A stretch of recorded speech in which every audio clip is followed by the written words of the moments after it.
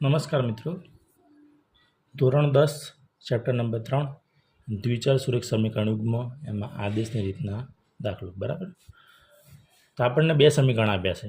કયા કયા? તો કે 3x - y = 3 સમીકરણ નંબર 1 અને 9x - 3y = 9 સમીકરણ નંબર 2. બંને સમીકરણ માઇનસવાળા છે, તો આપણે ગમે તે સમીકરણનો ઉપયોગ કરી અને ઉકેલ મેળવવાની શરૂઆત કરીએ.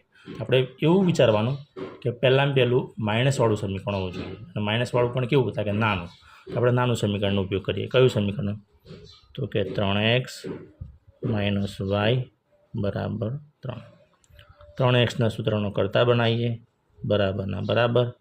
આ બાજુ 3 તો હતા જ, પણ અહીં જુઓ આ -y એ બરાબરની આ બાજુ હતા, તો બરાબરની પેલી બાજુ જશે તો કેવા થવાના? તો કે +y થશે. કેમ? તો કે માઇનસ હતા એટલે એનું પોતાનું ચિહ્ન બદલે. એક્સના સૂત્રનો કરતા બનાવો, બરાબર. 3 + y તો હતા જ, પણ એક્સ જોડે 3 એ ગુણાકારમાં હતા, તો ગુણાકારમાંથી આવશે ભાગાકારમાં. આપણે એક્સની વેલ્યુ મળવી જોઈએ, બરાબર. તો એક્સની વેલ્યુ કેટલું મળી આપણને? તો કે એક્સની વેલ્યુ મળી 3 + y / 3. આના સમીકરણ નંબર આપે આપણે 3. સમીકરણ નંબર 3.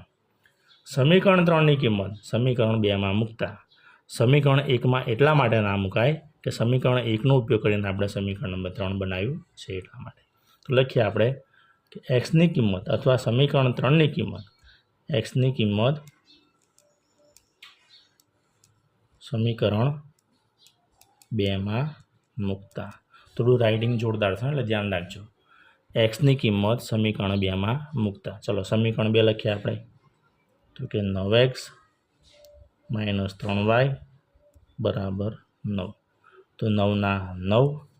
એક્સની વેલ્યુ આપણે મૂકવાની કેટલી છે? તો કે એક્સની વેલ્યુ છે 3 + y / 3 -3y તો હતા જ, બરાબર 9ના 9. હવે જુઓ, છેદમાં કોઈ પણ સંખ્યા રહેવી જોઈએ ના, બરાબર. પણ આ અંશ અને છેદ કટ થાય છે, બરાબર. ભાગ ઉડે છે તો ઉડાડી નાખીએ આપણે. તો કે 3 × 9, બરાબર. જો છેદની સંખ્યા કોઈ વધતી હોય અથવા રહેતી હોય તો આપણે છેદનો લસા લેવો પડે અને સાદા સમીકરણ સ્વરૂપે ફેરવવું પડે, બરાબર. તો આ બાજુ કેટલા વધ્યા? તો કે 3 કૌંસમાં છે 3 + y - 3y = 9. કૌંસની બહાર છે 3 અને કૌંસમાં છે 3 + y. તો કૌંસની બહાર જે સંખ્યા છે એ કૌંસ જોડે ગુણાય, એટલે 3 × 9 વત્તાના વત્તા 3 × y એટલે 3y - 3y = 9. હવે જોજો,